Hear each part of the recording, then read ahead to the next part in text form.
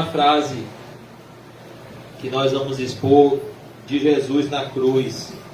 Está em João 19, 26.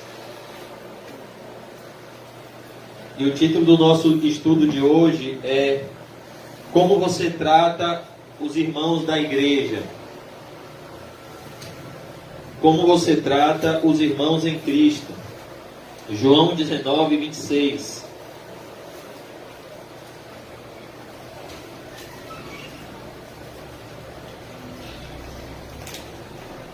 A partir do verso 25, vamos ver essas palavras que saíram dos lábios de Jesus no momento mais difícil da sua vida, o momento onde ele estava morrendo por todas as nossas iniquidades, onde ele estava sendo feito maldição por nós na cruz. João 19, verso 25. Queria convidar os irmãos a orar um pouco comigo.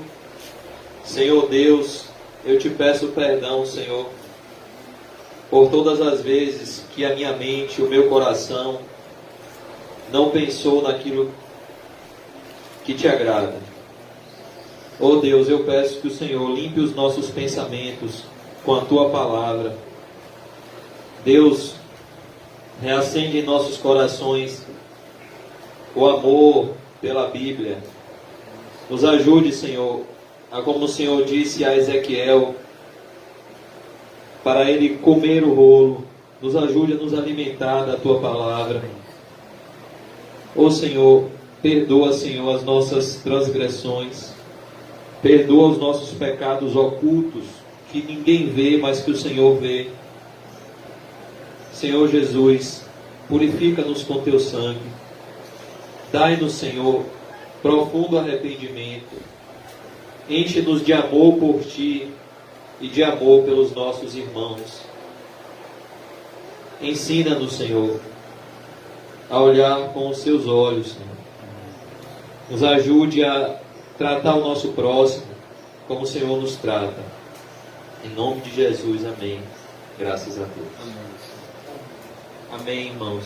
E aqui em João 19, 25, nós vemos: e junto à cruz estavam a mãe de Jesus e a irmã dela, e Maria, a mulher de Clopas, e Maria Madalena. Perceba que João, um dos propósitos do Evangelho de João é revelar a divindade de Jesus ao lado da humanidade de Jesus. Ele era 100% homem e 100% Deus. Embora Maria não seja a mãe de Deus, mas João aqui faz questão de mostrar o laço materno e o amor fraterno que existia entre Jesus e Maria, aquela que o gerou e aquela que o criou. Nos lembrando sobre esse tão precioso mandamento de Deus que a Bíblia nos ensina e que Jesus jamais quebrou. Está lá no Decálogo, um dos mandamentos mais importantes da vida humana. Honra teu pai e tua mãe. Este é o primeiro mandamento com promessa para que tudo lhe vá bem na terra. Você pode ver que eu me lembrei agora, no dia em que nós fomos no enterro do filho do irmão Ederval, e nós ficamos olhando as sepulturas que estavam próximas ao lugar em que o filho dele foi enterrado, e uma das coisas que nós ficamos assustados foi a idade daqueles jovens que morreram. Acho que o irmão Calmon estava com a gente, não foi? E pessoas que nasceram um dia desse. Tinha gente que nasceu na década de 2000 e já estava ali sepultado. Por quê? Porque muitas vezes não deu ouvidos ao pai e à mãe. Por isso que a primeira coisa que nós vemos nesse texto é que nós devemos obedecer a palavra de Deus, porque obedecer é melhor do que sacrificar. que é a palavra de Deus que diz: honra teu pai e tua mãe. Esse é o primeiro mandamento com promessa. Em Efésios 6, o apóstolo Paulo diz, no versículo 1, que isso é uma evidência de um filho cheio do Espírito Santo. Filhos, honrem os seus pais no Senhor. E ele dá o motivo, porque isto é justo. O motivo não é só a gratidão, porque muitas pessoas não têm o privilégio de ter pais atenciosos. Tem pessoas que têm pais que não dão atenção. Mas a palavra de Deus nos ensina que, independente da forma com que os nossos pais nos tratem, nós devemos honrá-los pela posição que eles significam nas nossas vidas. Deus nos gerou por intermédio da união deles. E nós vemos que a causa da miséria na vida de muitas pessoas é justamente tomar direção contrária aos conselhos dos seus pais, principalmente aqueles que têm pais cristãos. Principalmente. Então, só lembrando, a Bíblia diz em Provérbios 1:10: filho meu, se os pecadores te convidarem, não consintas com ele. Mas antes, em Provérbios 1:8, ele diz: filho, ouve seu pai, ouve a sua mãe. Mas na maioria das vezes os jovens pensam que os de fora são mais amigos do que os de dentro. E lá na frente a gente sempre quebra a cara. Sansão não sabia que os seus pais estavam sendo boca de Deus na vida dele. Que Manoá estava sendo boca de Deus, porque Deus falou com Manoá que Sansão era um nazireu. Ô meu filho, não tem uma mulher dentre o povo de Deus. Você vai se casar mesmo com a filisteia? E aquela desobediência de Sansão aos seus pais trouxe sobre ele inúmeros sofrimentos. Então, que a gente sempre tenha isso em mente. Jesus jamais pecou. Ele nunca conheceu o pecado. E ele sempre honrou seu pai e a sua mãe. E o seu principal pai, que é Deus.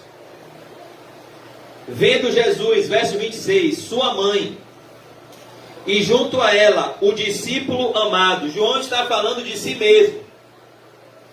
Ele não diz que ele era o discípulo que amava a Jesus. Mas ele disse que ele era o discípulo amado por Jesus. Pois o nosso amor por Jesus é um reflexo do amor que ele sente por nós. Uma pessoa só pode amar a Jesus se primeiro ela se sentir amada por ele. 1 João 4,19 diz assim: nós o amamos porque ele nos amou primeiro. Então ele descreve a si mesmo como o discípulo amado. Disse: mulher, eis aí teu filho. Por isso que o título do nosso estudo de hoje é como nós tratamos os irmãos da igreja. Nós vamos ver aqui como Jesus orienta Maria a tratar o seu irmão em Cristo, João. E como Jesus orienta João a tratar a sua irmã em Cristo, Maria. Mulher, eis aí teu filho. Depois disse ao discípulo: eis aí tua mãe. Dessa hora em diante, o discípulo a tomou para casa, para cuidar dela com amor fraternal. Eu queria que os irmãos abrissem em Marcos 3, 31, para que nós possamos entender por que Jesus disse isso na cruz. Marcos 3, 31.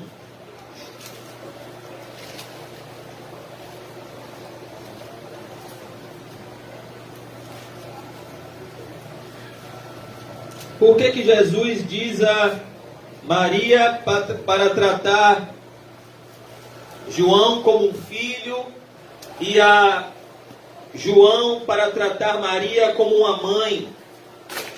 porque algo sobrenatural acontece no mundo espiritual no momento da nossa regeneração. O novo nascimento é uma obra sobrenatural que acontece no momento em que o Espírito Santo nos convence do pecado, da justiça e do juízo e nos transporta das trevas para a luz. E esse transporte faz uma significante mudança nas nossas vidas, inclusive nos nossos laços familiares. O Senhor Jesus Cristo chega a dizer que numa casa terão 5 pessoas, e no momento em que acontece uma regeneração nessa casa, muitas vezes a salvação não vai chegar em todos os membros da família. Não é certo, não é uma promessa de que todos os cristãos terão todos os seus entes queridos salvos. Existem famílias que vão ter 1 cristão, 2 cristãos. A promessa de Jesus ao carcereiro não é uma promessa universal, é uma promessa particular. Jesus disse a ele por intermédio de Paulo: crê no Senhor Jesus e será salvo tu e tua casa. Mas isso não é obrigação de Deus, e muitas vezes isso não acontece com todas as famílias. Então, em muitas famílias, uma pessoa se converte e nenhum outro membro da família se converte. Então, o que acontece? Jesus disse que numa casa, muitas vezes, vão ter 5 pessoas. E ele disse que 3 se levantarão contra 2, e que 2 se levantarão contra 3. Que o pai vai se levantar contra o seu filho, que a nora vai se levantar contra a sua sogra. E ele conclui essa passagem dizendo que os inimigos do homem serão seus próprios familiares. Então, tendo em vista isso que acontece no mundo espiritual, há uma divisão entre aqueles que estão nas trevas e aqueles que estão na luz. Então, muitas vezes, quando o Senhor nos converte, nós não entendemos porque pessoas que outrora nos amavam, agora nos odeiam. Nós muitas vezes não entendemos como isso acontece. Mas isso acontece, irmãos, por conta do mundo espiritual. Jesus Cristo disse: como odiaram a mim, odiarão a vocês. E isso acontece com o próprio Senhor Jesus. Enquanto Jesus Cristo estava vivendo uma vida conveniente para os seus familiares não diziam que ele estava fora de si. Até os 30 anos, Jesus Cristo era um carpinteiro. Diz um historiador chamado Flávio José que José morreu cedo. E Jesus, ainda adolescente, tomou conta das finanças da família e da carpintaria do seu pai. Então, até os 30 anos, Jesus era um jovem trabalhador que levava o sustento para a sua família e que era muito bem quisto pela sua família. Mas então, com 30 anos, ele abandona tudo e ele inicia o seu ministério, se batizando no Rio Jordão pelo seu primo João Batista. Deus testifica esse batismo em forma de pomba, o Espírito desce em forma de pomba e Deus diz: esse meu filho amado em quem me comprazo. Ele, pelo Espírito, é levado ao deserto e ele inicia em primeiro lugar o seu ministério no mundo espiritual, antes que o seu ministério inicie no mundo físico.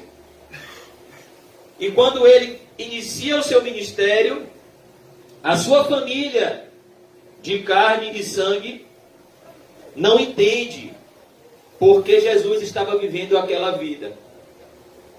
Então nós vemos aqui que acontece uma separação. As pessoas que amavam a Jesus começaram a odiá-lo, sua própria família. Nisto chegaram sua mãe e seus irmãos. Verso 31, Marcos 3, 31. E tendo ficado do lado de fora, Esse fato deles estarem do lado de fora significa aonde eles estavam diante de Deus. Eles estavam fora da vontade de Deus. Mandaram chamá-lo. Muita gente estava sentada ao redor dele e lhe disseram: olha, tua mãe, teus irmãos e irmãs estão lá fora à tua procura. Olha que coisa, Jesus estava numa casa, a família dele chama ele para sair da casa onde estava acontecendo a pregação da palavra. Então Jesus responde, e o que Jesus está fazendo aqui não é um desrespeito com a família dele. O que ele está fazendo aqui é mostrando a posição dele de não abrir mão do chamado de Deus na vida dele, independente da opinião da sua própria família. Então ele lhes respondeu dizendo: quem é minha mãe e meus irmãos? Olha que coisa. Aqui Jesus descreve o que é a igreja. Por isso que ele disse a Maria da cruz: eis aí o teu filho, falando de João.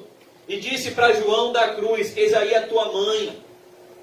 Jesus mostra que a igreja é um ambiente familiar. E correndo o olhar, olha que coisa bonita. Jesus estava correndo o olhar, olhando no olho das pessoas que ele estava pregando.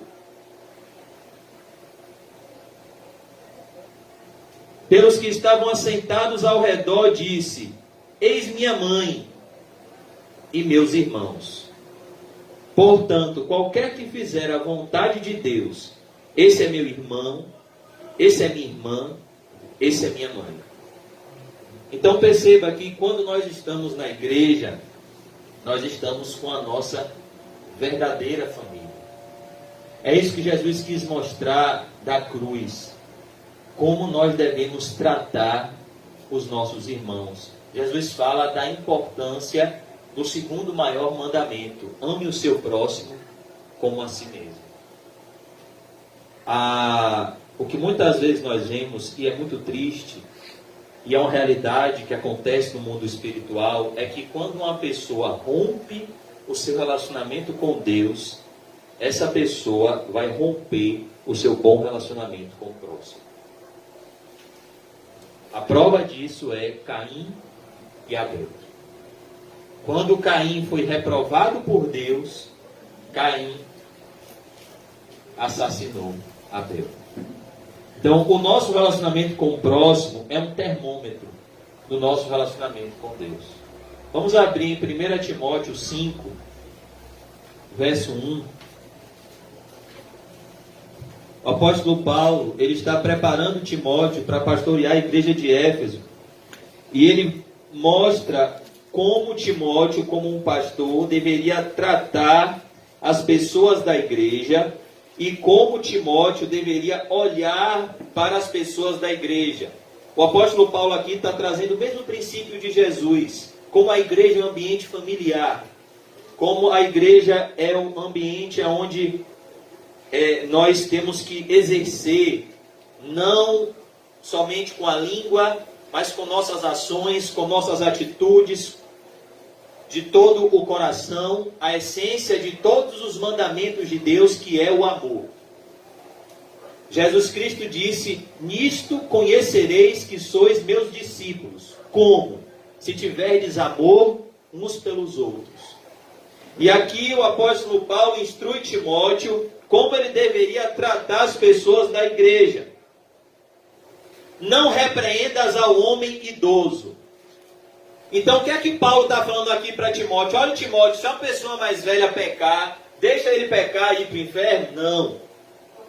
O que Paulo está falando com Timóteo aqui é: olha, Timóteo, cuidado quando você for falar com alguém mais velho, para que você não falte com o devido respeito e com a devida seriedade com que você deve tratar uma pessoa de mais idade. Tem pessoas que tratam as pessoas mais velhas de qualquer forma. Isso não é cristão. Não repreendas ao homem idoso, antes exorta-o como a pai. O que significa isso? olhar para aquela pessoa como se você estivesse olhando para o seu próprio pai. Isso o apóstolo Paulo está falando na época que o pai de família tinha respeito. Diga-se, né? Só esse parênteses. Porque hoje, muitas vezes, você chegar para uma pessoa e falar, trate fulano como um pai, a pessoa vai falar, e aí, velho? Não com o devido respeito que se deve ter. Senhor, senhora, como as pessoas do interior mesmo fazem, né? Pensa pai, pensa mãe, Deus me abençoe, meu filho. Antes de sair de casa, e cada vez mais esses valores têm sido esquecidos. Não repreendas ao homem idoso, antes exorta-o como a pai. Ou seja, como é que nós devemos falar com o nosso pai? Com respeito. Ainda que muitas vezes a gente tenha que falar alguma coisa que seja em tom de repreensão, a gente tem que estar com espírito de brandura e sabendo, eu não estou falando com qualquer pessoa. Estou falando com uma pessoa que Jesus disse para eu tratar como se fosse meu próprio pai. Olha que coisa. Se tem algum idoso na igreja, nós devemos tratá-lo como se fosse o nosso pai. Aos moços, como a irmãos. Ou seja, olha Timóteo, aos jovens, você deve tratar aqueles que são da sua idade, um pouco mais velhos, aqueles que são mais jovens, como seus próprios irmãos. Como aquele que é igual a você, com um sentimento de amor. Como aquele que você quer o bem.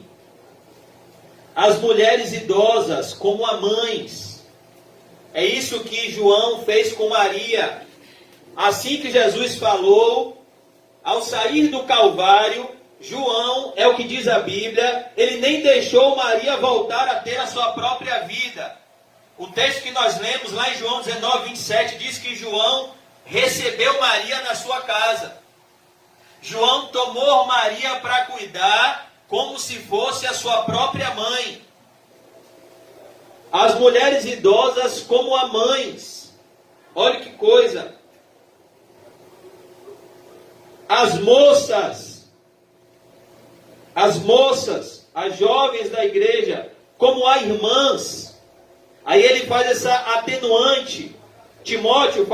Paulo faz essa atenuante com Timóteo, com toda a pureza.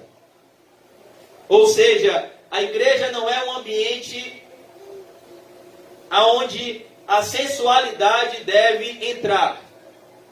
A igreja é um lugar santo. Olhe Timóteo, olhe as moças da igreja em toda a pureza. Não olhe para elas com olhar lascivo.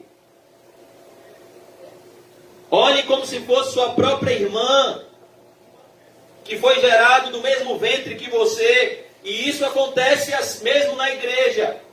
Nós somos gerados do mesmo ventre, da divina semente, que é a palavra de Deus.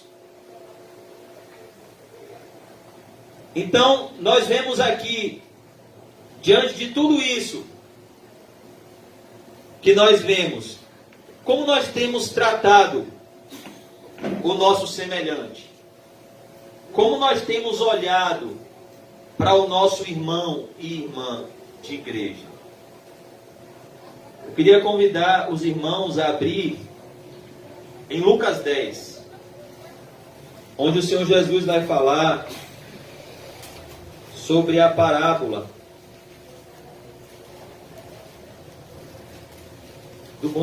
conhecida como a parábola do bom samaritano.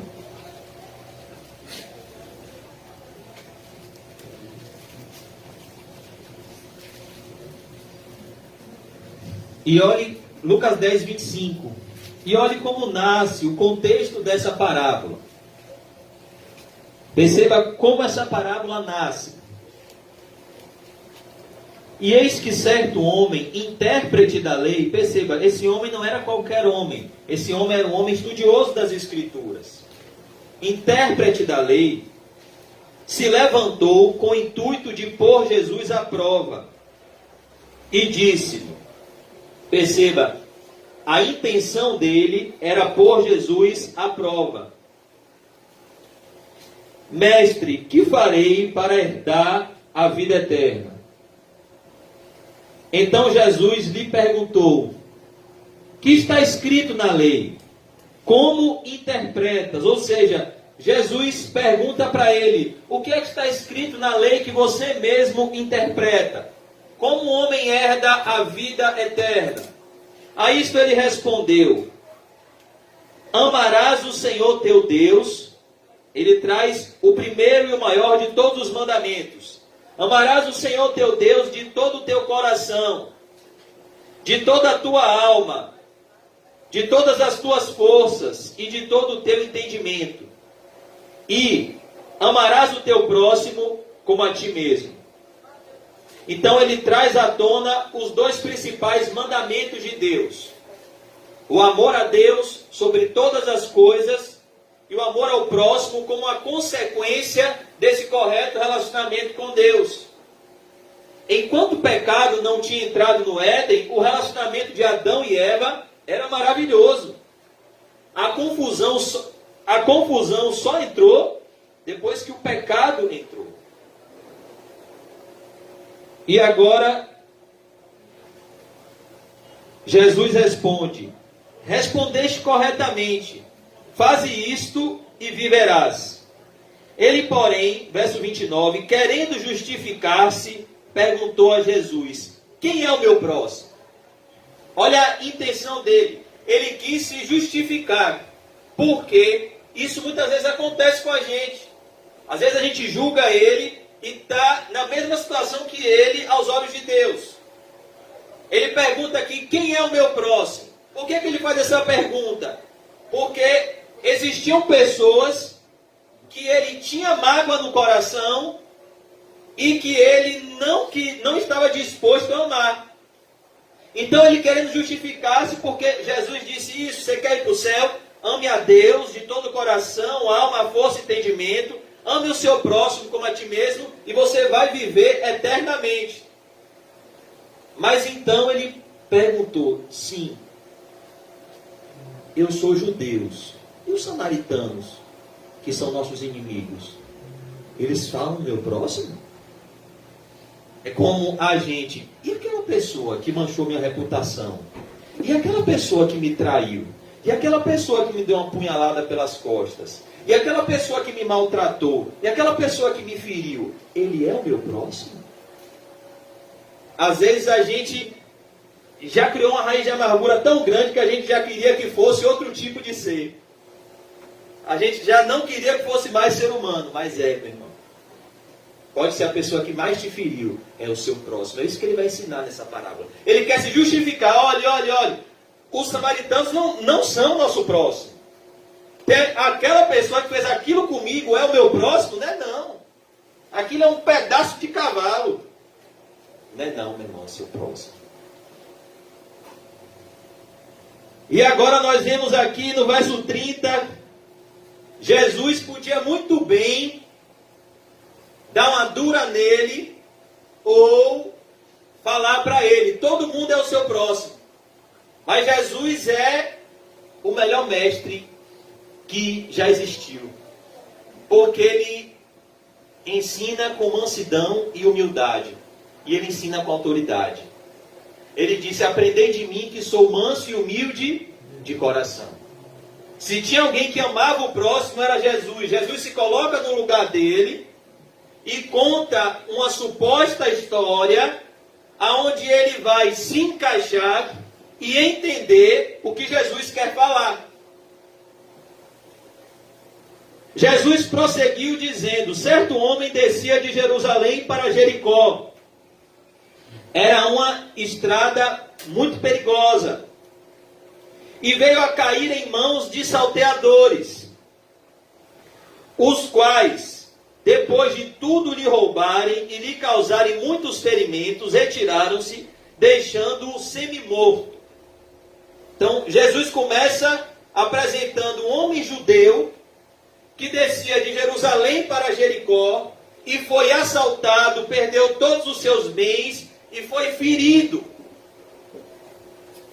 E largado lá semi-morto, ou seja, o seu estado de vida não era bom. Casualmente, o que significa casualmente?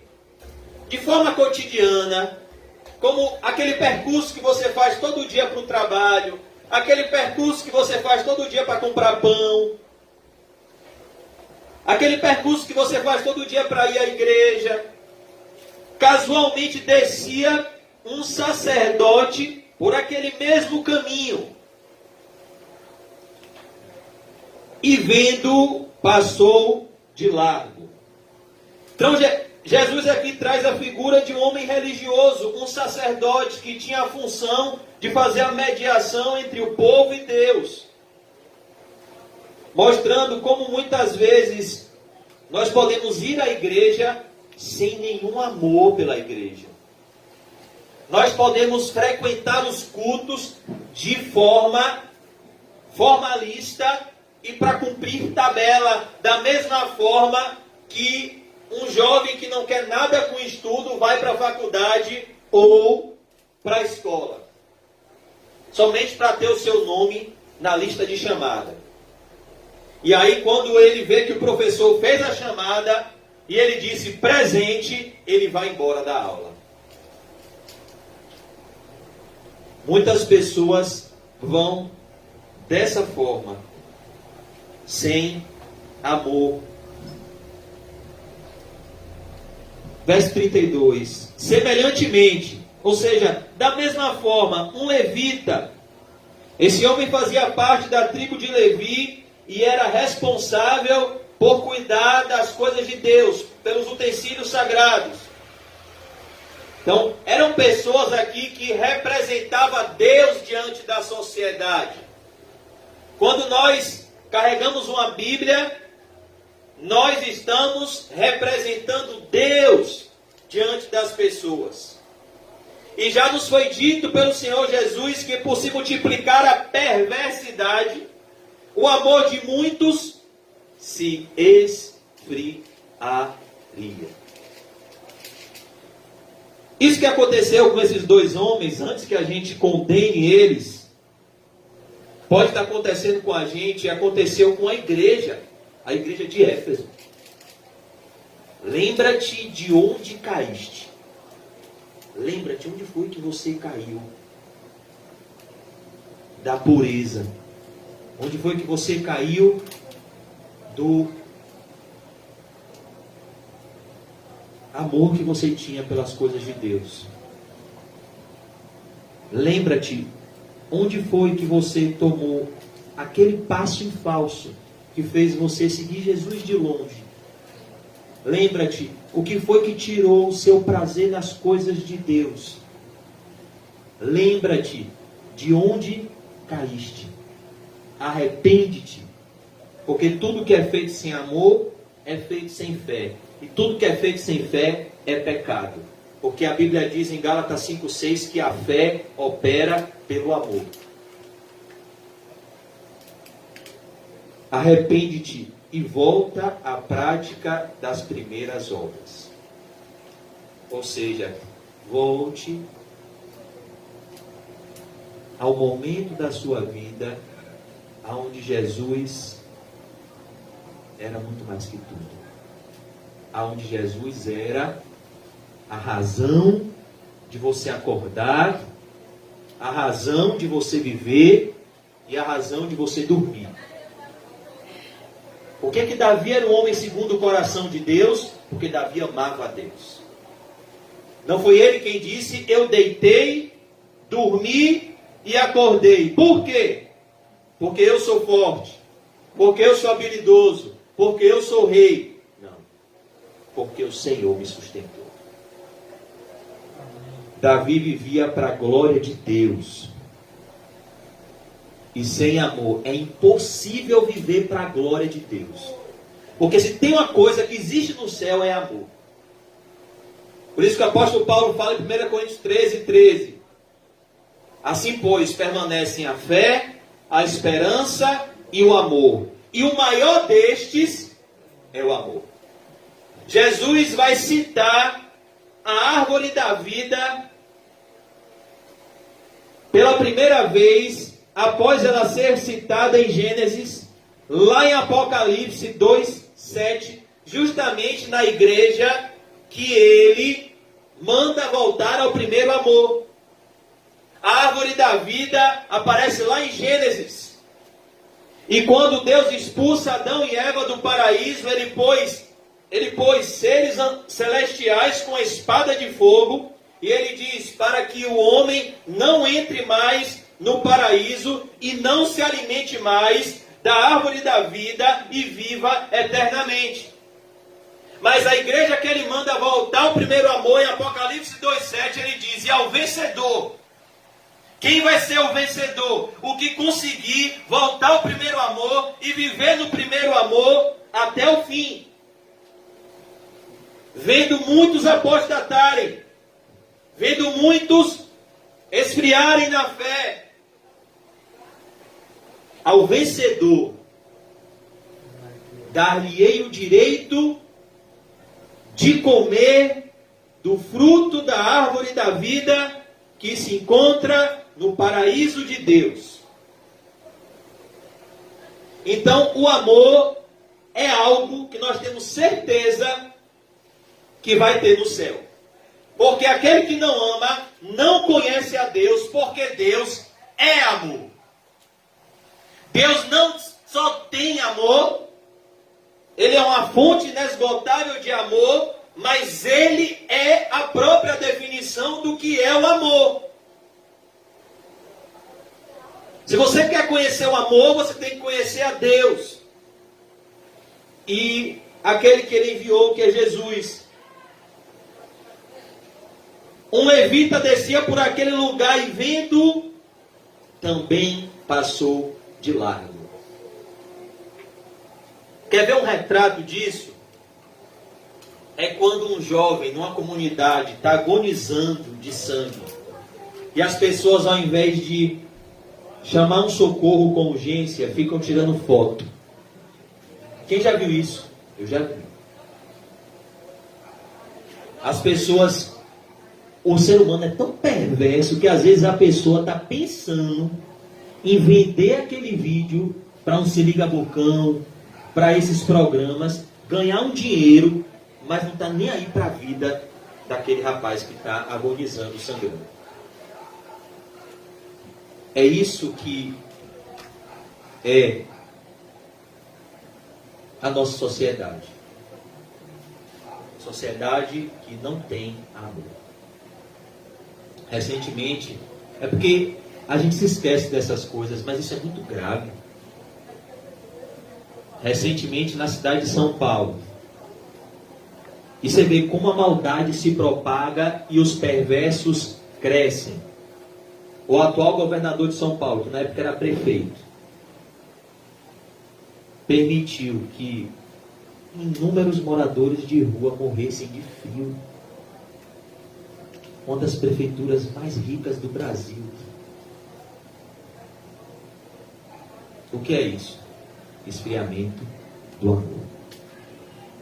Pessoas que olham para o seu próximo e não enxergam como aquele que é igual, mas olham para o seu próximo com ar de superioridade. Onde estavam os cristãos de São Paulo?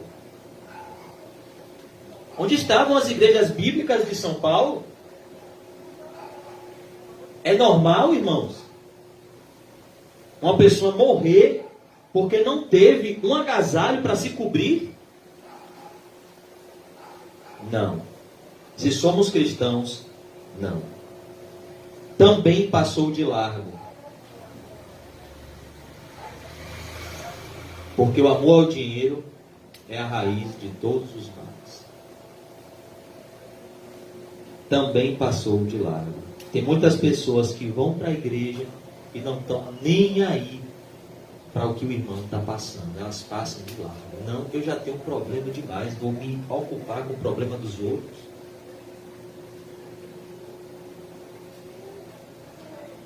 Certo samaritano, verso 33, Lucas 10, 33. Certo samaritano, que seguia o seu caminho. Por que Jesus traz a figura do samaritano? Porque o samaritano era a figura que o intérprete da lei queria justificar que ele não deveria amar. É como se Jesus falasse comigo e com você: olha, José, aquela pessoa que você está com mágoa, é ele mesmo que você tem que amar. Aquela pessoa que te feriu, é ela mesmo que você tem que amar e perdoar. Certo samaritano que seguia o seu caminho, passou-lhe perto e vendo, compadeceu-se dele. Perceba como Spurgeon disse: o mesmo fogo que amolece a cera, endurece o barro. Esse levita e esse sacerdote, embora fossem religiosos, estavam mais desumanos que uma pessoa que nem conhecia Deus. E vendo, isso que é a palavra misericórdia, lançar o coração na miséria do outro, dó de parceria com a ação. Bem-aventurados os misericordiosos, eles alcançarão misericórdia. Bem-aventurado é o homem que acode ao necessitado, o Senhor o livrará no dia mau. A alma generosa prosperará. Quem dá alívio aos outros, alívio receberá. Provérbios 21:13 diz que quem tapa o seu ouvido ao clamor do pobre, clamará, mas não será ouvido.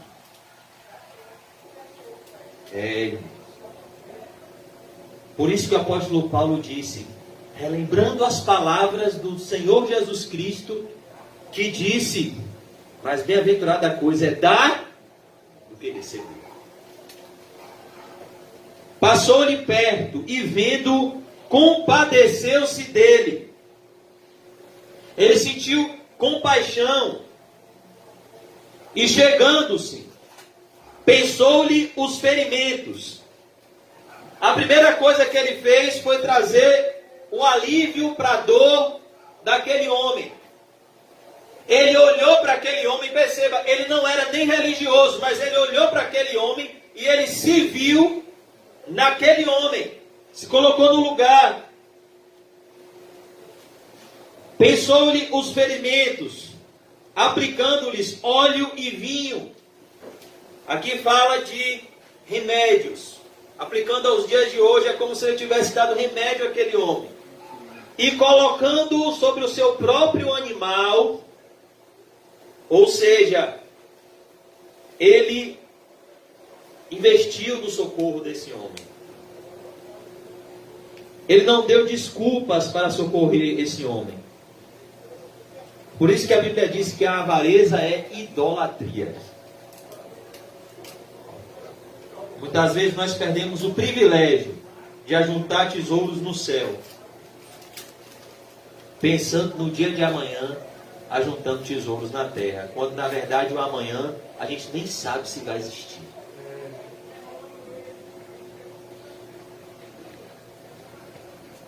Nós somos mais felizes com tão pouco.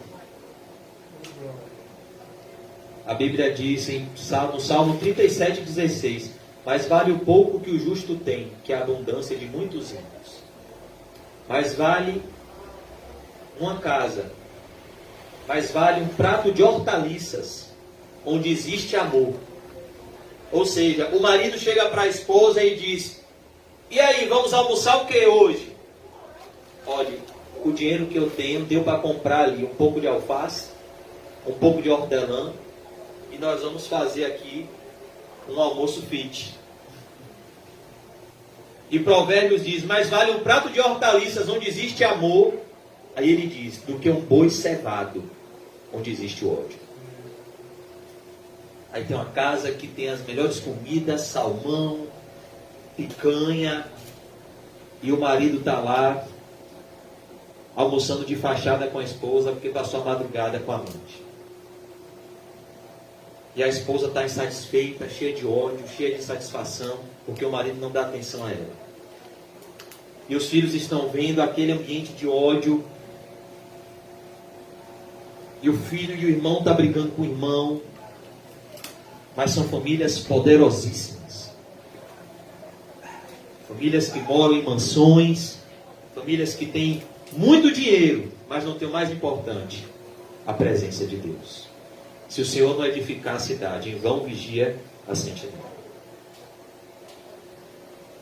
Então nós vemos aqui, levou para uma hospedaria e tratou dele. Olha que coisa bonita. Ele levou para um lugar onde ele pudesse ser tratado. Perceba, amar ao próximo não é somente com palavras. A Bíblia diz, filhinhos, não amemos só de língua, mas de fato e em verdade. O que Jesus está mostrando aqui é que amar ao próximo dá trabalho. Amar ao próximo é algo que nos custa tempo. É algo que nos custa bens materiais. Uma vez, eu fui num lugar que eu fui num comércio uma vez e o dono do comércio chegou gritando, bora, que tempo é dinheiro. O mundo pensa assim. Olhe, para mim, tempo é dinheiro, para você deve ser também, então vamos agilizar logo esse negócio. Para esse homem aqui, tempo não era dinheiro. Tempo era tempo de servir a Deus. E de amar o seu próximo. Levou para uma hospedaria e tratou dele. No dia seguinte, tirou 2 denários. Aí esse intérprete da lei deve ter ficado atribulado. Tirou o quê, rapaz? 2 denários. Aí não, irmão. Sabe o que é 2 denários aqui? É 2 dias de trabalho. Quer dizer que esse homem miserável, que eu nem conheço, vai levar 2 dias de trabalho meu, que eu me acabei de carregar colchão. Saí de manhã cedo, cheguei em casa de noite, fui fazer entrega com o Quinho, subi o colchão na corda, atribulado, não queria passar, ouvi desaforo de cliente. 2 dias de trabalho, esse miserável vai levar, vai não. Isso aí é quem não é regenerado, viu? Não é o que esse samaritano fez. Tirou 2 denários. É por isso que hoje a gente não vê esse tipo de conversão. Como a de Zaqueu. Que conversão bonita, né? A primeira coisa que Zaqueu fez quando a salvação entrou na vida dele foi: dinheiro não é importante para mim. Importante para mim é agradar a Deus. Metade dos meus bens eu dou aos pobres. Esse dinheiro está um peso, está me fazendo um mal terrível. E todo aquele que eu defraudei, eu restituo 4 vezes mais. Tirou 2 denários e os entregou ao hospedeiro, dizendo: cuida deste homem. E se alguma coisa gastares a mais, eu te indenizarei quando voltar. Olha que coisa. Olha, se tiver qualquer gasto a mais, fale comigo que eu vou pagar. Se esse homem fosse mau caráter, ele ia logo inventar o gasto. Rapaz, que trabalho. O trabalho com ele foi dobrado. Ele ia dizer: não tem problema, eu vou gastar. Qual destes 3 te parece ter sido o próximo do homem que caiu nas mãos dos salteadores? E aí? Eu pergunto a vocês, qual dos 3 agiu corretamente com o seu próximo? O levita que passou de largo, o sacerdote que passou de largo, ou o samaritano que se compadeceu da dor do seu próximo? Aí Jesus vai concluir.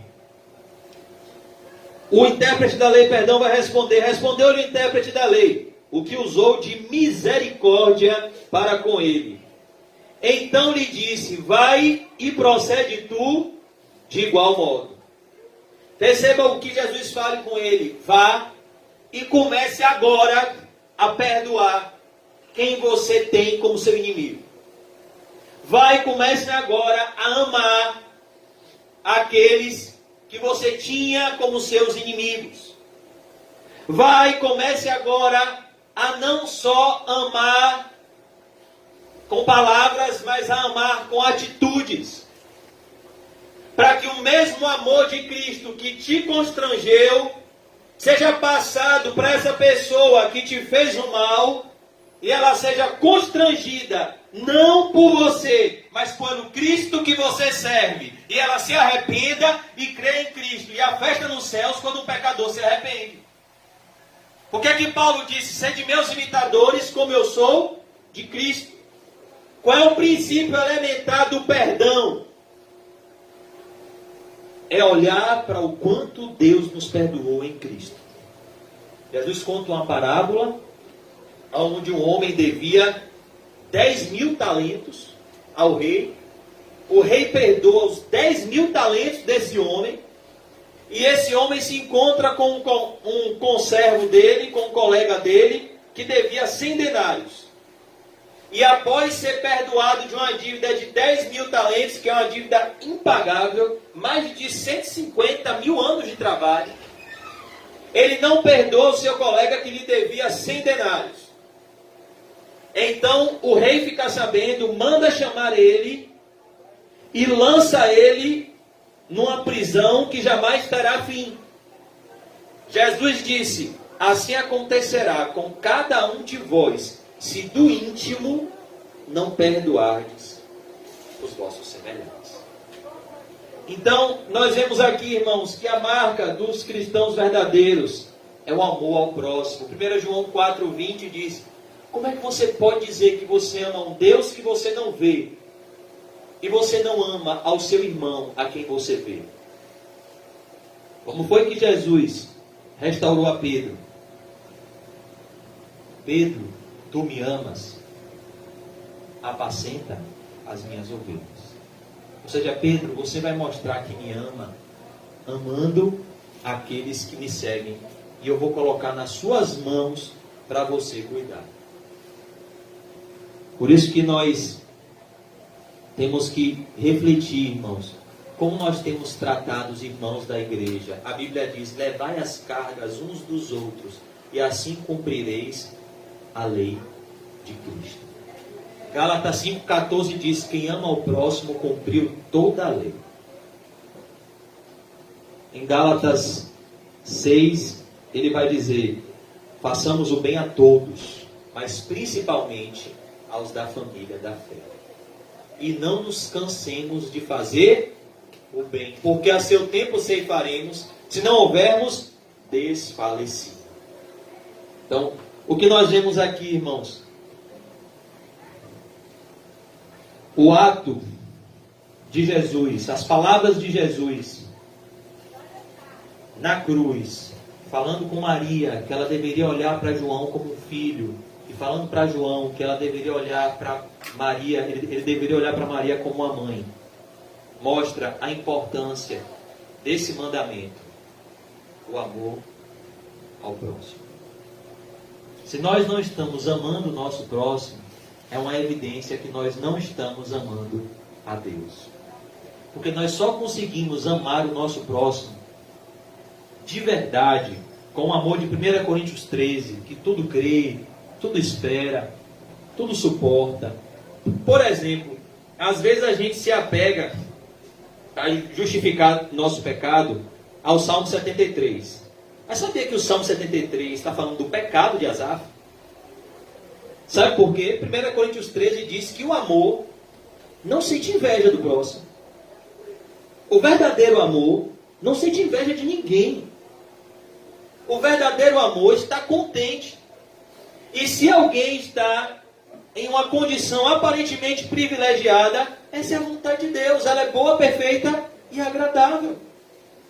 A Bíblia diz lá em 1 Coríntios 13, o amor não se ensoberbece, o amor não se irrita, o amor não se vangloria, o amor não se ressente do mal, o amor não sente inveja. A inveja não é uma marca de quem tem amor. O amor, ele tudo crê, o amor, ele tudo espera, o amor, ele tudo suporta. Por isso que a marca de João, qual era? O amor. Ele ouviu aquele mandamento de Jesus e ele levou Maria para sua casa e cuidou como se fosse sua própria mãe. Maria, consequentemente, cuidou de João como se fosse seu próprio filho. Diz os historiadores que Maria foi levada para Éfeso. E talvez ela cuidasse de João. Preparasse a comida de João. Tratasse ele como um filho, enquanto ele preparava as pregações. Por isso que nós temos que refletir como nós tratamos os cristãos, porque é um reflexo de como nós tratamos a Cristo. Quando Saulo maltratava os cristãos, Jesus disse o que a Saulo? Saulo, Saulo, por que me persegues? Nós temos que tomar muito cuidado, porque nós devemos olhar uns para os outros e enxergar uns nos outros a pessoa de Cristo. Tratar uns aos outros como Cristo nos trata. Em Mateus 25, Jesus vai falar do juízo final. Mateus 25, 31. Ele vai falar da separação das ovelhas dos cabritos. E qual é o princípio que Jesus vai trazer daqueles que vão para o céu e daqueles que vão para o inferno? A forma como aqueles que vão para o inferno trataram os cristãos e a forma como aqueles que vão para o céu trataram os cristãos. Quem já leu Mateus 25, 31? O Senhor Jesus dirá aos que estiverem à sua direita, as ovelhas: vinde benditos do meu Pai, possuí o reino que vos foi preparado desde a fundação do mundo. Então ele vai dizer como ele estava atento a tudo que aquelas pessoas faziam em secreto. Elas não faziam por exibicionismo, elas faziam para a glória de Deus. Ele vai dizer como ele estava atento ao bem que aquelas pessoas fizeram, porque a Bíblia diz que até um copo de água fria dado a um irmão não ficará sem o devido galardão. Como diz o apóstolo Paulo, no Senhor o nosso trabalho não é em vão, mas fora do Senhor tudo é vaidade. E ele diz, porque tive fome.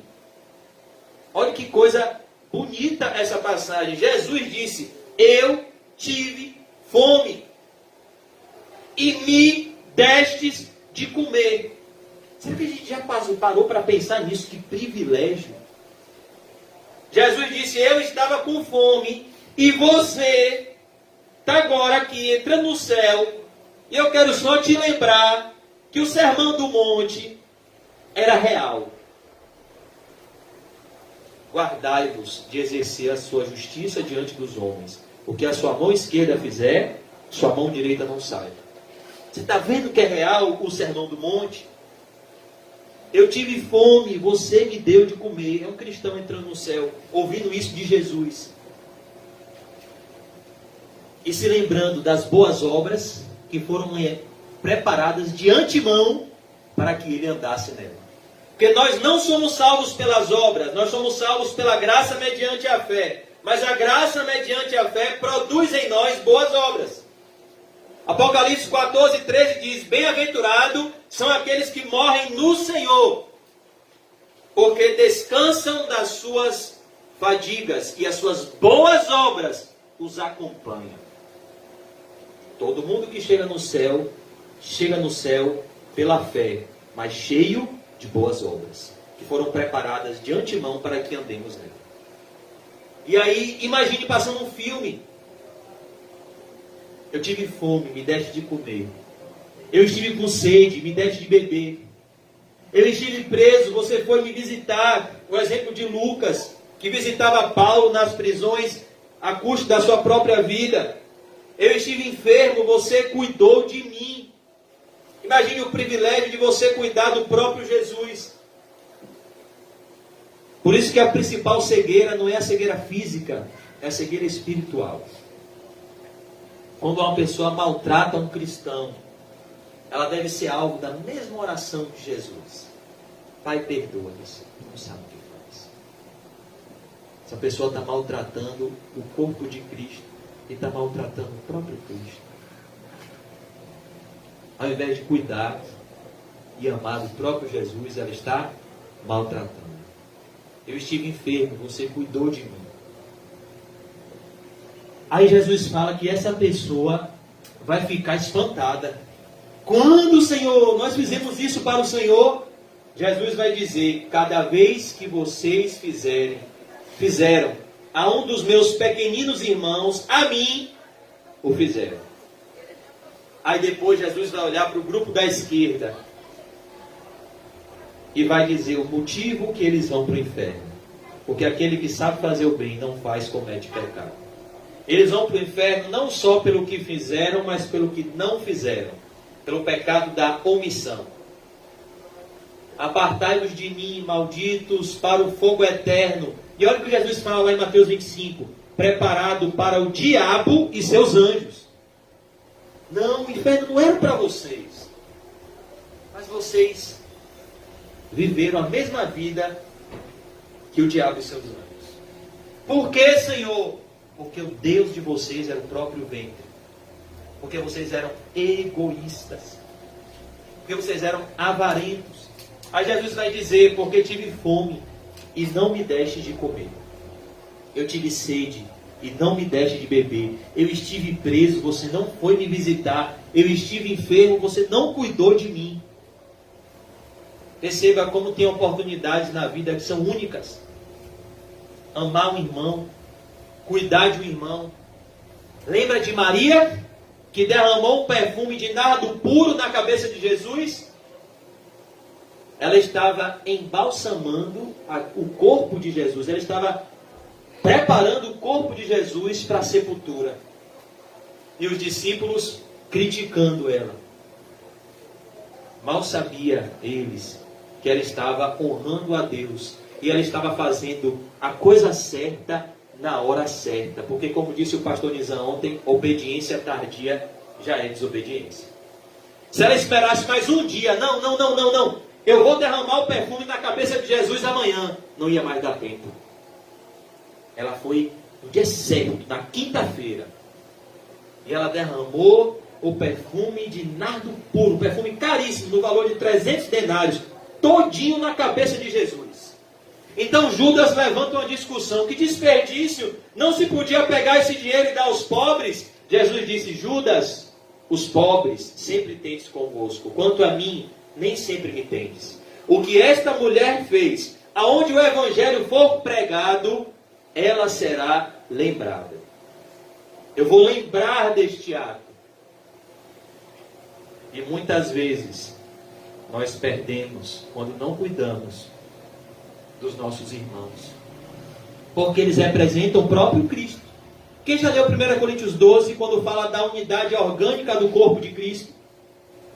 Cristo é o cabeça, nós somos o corpo.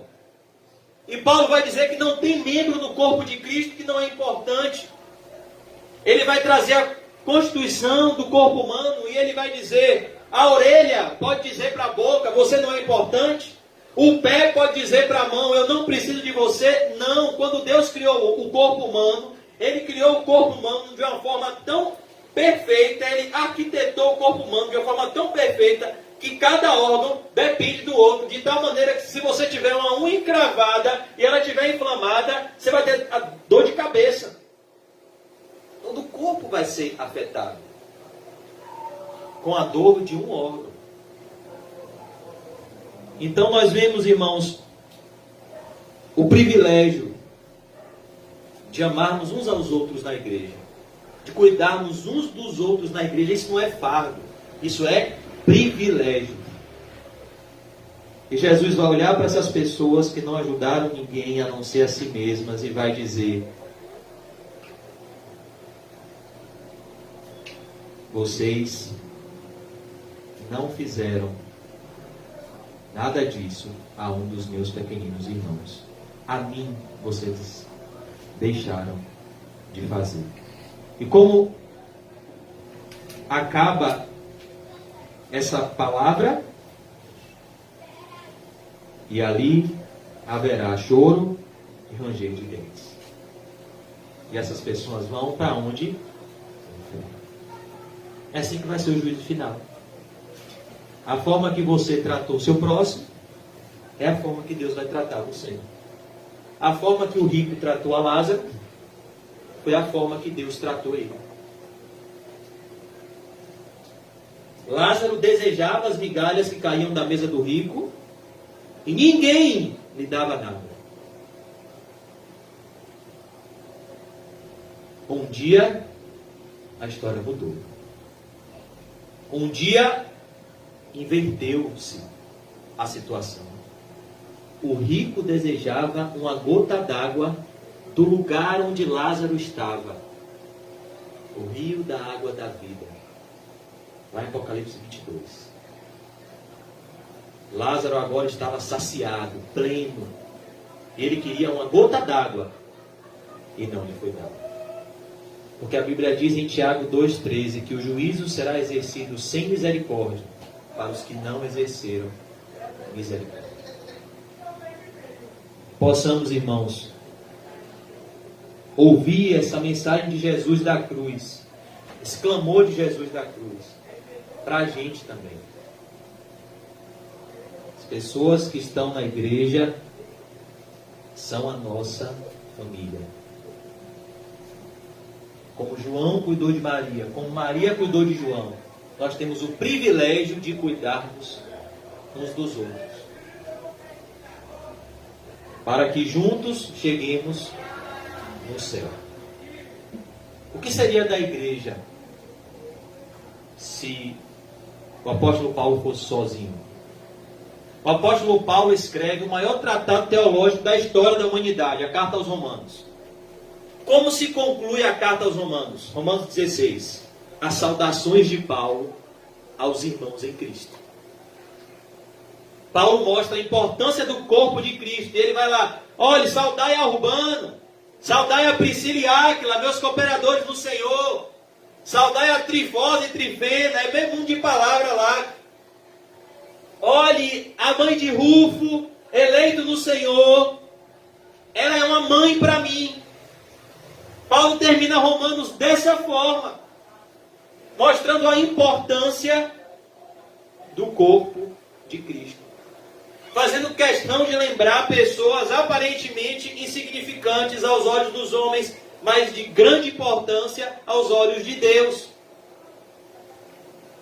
Então que possamos nos lembrar disso, irmãos. Nós precisamos uns dos outros. Precisamos uns dos outros. Na igreja ninguém pode ser orgulhoso e dizer, eu não preciso de você. Eu preciso, irmão. Ore por mim, alma. Ore por mim, eu preciso de você sim. Eu preciso que você me exorte. Eu preciso que você fique firme. Eu preciso que você me ajude a caminhar com Cristo. Nós sempre precisamos uns dos outros. Porque nós não conseguiremos sozinho. Deus é tão bom que a gente não chega no céu sozinho. A gente chega no céu com várias pessoas que Ele elegeu para peregrinarem conosco para lá. Como disse o apóstolo Paulo no filme Paulo, apóstolo de Cristo, para Lucas, louvado seja Deus pela sua vida, irmão. Quando John Bunyan escreve o Peregrino, é pouco tempo que ele fica sozinho, mas ele termina a sua jornada acompanhado. Então que possamos valorizar isso que nós temos, que é a igreja. Porque esse privilégio pode nos ser tirado. E eu te garanto que vai fazer muita falta. Vai fazer uma falta imensa. Os cultos de quarta e quinta, não sei para vocês, mas para mim já estão fazendo falta. E sabe o que Jesus disse à igreja de Éfeso? Qual foi a advertência da igreja de Éfeso? Se vocês não voltarem ao primeiro amor, removerei de ti o teu candeeiro. O que Jesus fala à igreja de Éfeso? Se vocês não voltarem ao primeiro amor. Eu, que tenho a chave de Davi, que abre e ninguém fecha, que fecha e ninguém abre, eu, dono da igreja, vou fechar a igreja. Porque cristão sem amor é uma abominação. Isso é muito sério. Por isso que nós temos que agradecer, irmãos, esse privilégio. Esse privilégio. Recentemente, nós evangelizamos uma pessoa que disse: olhe, se não fosse a igreja, eu tinha me matado. Vocês chegaram numa hora tão importante na minha vida. E cadê essa pessoa?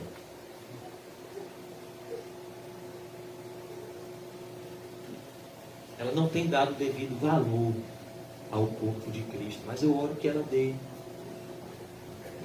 Que nós possamos valorizar isso que nós temos, irmãos. Uma igreja bíblica. Pessoas que nós podemos amar. Pessoas que nos dão também o privilégio de ser amado. Para que possamos ser guardados da maldade que assola o mundo. Por isso que esses bancos aqui que estão vazios, não é algo de tipo assim, a gente se sentir, poxa, fulano não veio, não, poxa, fulano perdeu um banquete. Você não veio para a igreja, quem perde é você, meu irmão. Quem perdeu a visitação do Espírito Santo na igreja foi você. Quem perdeu a graça que Deus ia lhe dar para vencer aquele pecado foi você. Por que você está caindo em pecado? Você está seguindo Jesus de longe. Por que você não segue Ele de perto? E você vai ver se não vai derramar a graça do céu para você vencer essa fraqueza. Então, é isso que nós vemos. Estar no corpo de Cristo não é uma obrigação. Por isso que às vezes a gente na emoção fica chamando uma pessoa que não quer vir para a igreja. Se a pessoa não quer vir, Deus não está. O apelo de Deus é o contrário. Deus não age pela emoção. Deus age pela razão bíblica. Jesus, em nenhum momento, quando as pessoas quiseram ir embora, disse: volta, não vai embora não. Rapaz, fulano tem condição financeira, vai sair da igreja? Não. Volta para a igreja. Rapaz, volta para a igreja. Não. Quando as pessoas começaram a ir embora, Jesus disse: deixa eles irem. Não vai chamar eles, não. Ninguém aqui está precisando do dinheiro de ninguém, de nada de ninguém, principalmente se tiver com o coração sujo. Deixa eles irem. Agora vocês que estão aqui, vocês também não querem ir embora, não? O que Jesus fez foi isso. Então Pedro calculou e pensou: rapaz, esse povo está indo embora. Um dia eles vão ter que dar conta. Um dia eles vão ter que dar conta de ter abandonado a Jesus e o negócio vai ser feio. Pedro era pescador, era comerciante, meu irmão. Já tinha feito esse comércio, ó. É igual o José Baixo, quando pega a canetinha e começa a fazer os cálculos. E Pedro olhou para Jesus e disse: não, ó. Daqui eu não saio, daqui ninguém me tira. Senhor, é duro te seguir, mas impossível te deixar. Para quem nós iremos? Se só tu, Jesus, tem as palavras de vida eterna. Eu vou sair daqui de jeito nenhum. Vocês vão ter que me aturar. Meu temperamento difícil, no caso de Pedro, né? Vão ter que aturar mais um pouquinho. Daqui a pouco eu largo a peixeira. Ela ainda está aqui. Mas eu não saio de perto do Senhor Jesus por nada. E essa deve ser a nossa postura. Seguir a Jesus, irmãos, entenda, não é um fardo, é um privilégio. Aqueles que não seguem a Cristo vão ser desonrados por Cristo. Aqueles que honram a Cristo serão honrados por Cristo. Aqueles que me honram, honrarei. E aqueles que me desprezam, eu desprezarei. Então, estar aqui, ser um cristão, não é um fardo. Poxa, eu não posso fazer isso, eu não posso fazer aquilo, eu não posso fazer... Não, é um privilégio. É um privilégio estar na casa de Deus. A tal ponto de Davi dizer: alegrei-me com a ideia. quando me chamaram, vamos à casa do Senhor. Sabe uma evidência que a gente saiu do primeiro amor? Quando a gente perde o prazer nos cultos. Quando a gente quer ir logo embora para casa. Quando a gente não lê mais a Bíblia. Quando a gente não ora mais. Quando a gente não mais se preocupa com o nosso irmão. Nós perdemos o primeiro. Quem aqui já teve a sensação de chegar num culto com aquele temor, com aquela reverência e pensar assim, rapaz, Deus está aqui nesse lugar. Deus vai falar comigo. Deus, o Todo-Poderoso, vai se revelar a mim que sou um verme. Essa é a pessoa que está no primeiro amor.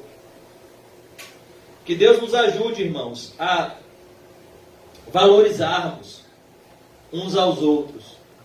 E a entendermos o privilégio de seguir a Jesus.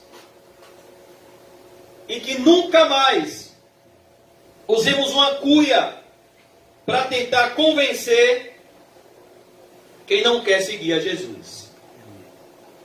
Porque Jesus nos deu um mandamento: não dei pérolas aos porcos, nem coisas santas aos cães. Como disse um servo de Deus no passado: olhe, está tudo bem, você pode fugir das minhas palavras, eu não prego mais nunca para você o evangelho, mas você não pode fugir das minhas orações. Eu sempre vou orar por você, para que o Espírito Santo te convença e te mostre como é bom seguir a Cristo, como faz sentido seguir a Cristo, como tudo faz sentido na presença de Cristo e como tudo é ilusório sem Cristo. Como o prazer é passageiro sem Cristo. Como as amizades são falsas sem Cristo. Como nada satisfaz sem Cristo. Mas como tudo faz sentido quando você está ao lado de Jesus Cristo, com o jugo de Jesus Cristo, que é suave, com o fardo de Jesus, que é leve. Então eu convido todos vocês nessa noite, irmãos, a descansar em Cristo. Porque foi Ele que disse: vinde a mim, todos vocês que estão cansados e sobrecarregados, e eu vos aliviarei. Tomai sobre vós o meu jugo e aprendei de mim, que sou manso, Jesus disse, e humilde de coração, e encontrareis descanso para as vossas almas, porque o meu fardo é leve, o meu jugo é suave. Que nessa noite nós encontremos a paz na companhia daquele que é o príncipe da paz, que é Jesus. Vamos orar. Senhor, em nome de Jesus, Senhor, abre os nossos olhos espirituais e tira, Senhor, as escamas dos nossos olhos a respeito do privilégio que é, Senhor, te servir, te amar. Oh Deus, que vida maravilhosa a vida daquele homem chamado Samuel. O homem que desde a infância, Pai Santo, ouviu o teu chamado e honrou o conselho que o Senhor deu, mesmo por intermédio de um sacerdote desviado, Eli. Olhe, Samuel, quando você ouvir essa voz, responda, meu filho: eis-me aqui, Senhor. Fala que o teu servo ouve. Oh Pai, e como aquela criança teve uma vida próspera e abençoada na presença tua, Senhor. Como é bom te servir. Como é bom, Senhor, na hora da morte, ver a tua mão sobrenatural nos levando para casa, como foi com Elias, que foi levado ao céu, Senhor. Oh Deus, como é maravilhoso te servir, como é maravilhoso te seguir, Senhor. mesmo que seja muitas vezes desconfortável para a nossa carne, é maravilhoso para o nosso espírito saber que todas as coisas cooperam para o bem daqueles que amam a Deus e foram chamados segundo o seu decreto e propósito. Nos ajude, Senhor, a olharmos para o nosso próximo com olhar de misericórdia. Nos ajude a viver em amor. Nos ajude, Senhor, a te amar. E nos ajude a amar o nosso semelhante. Tendo certeza, Senhor, de que essa é a melhor vida que pode ser vivida. Uma vida vivida em amor. Nos ajude, Senhor, que nós não temos que exigir amor. Nós temos que amar. Incondicionalmente. Porque é assim que o Senhor nos ama.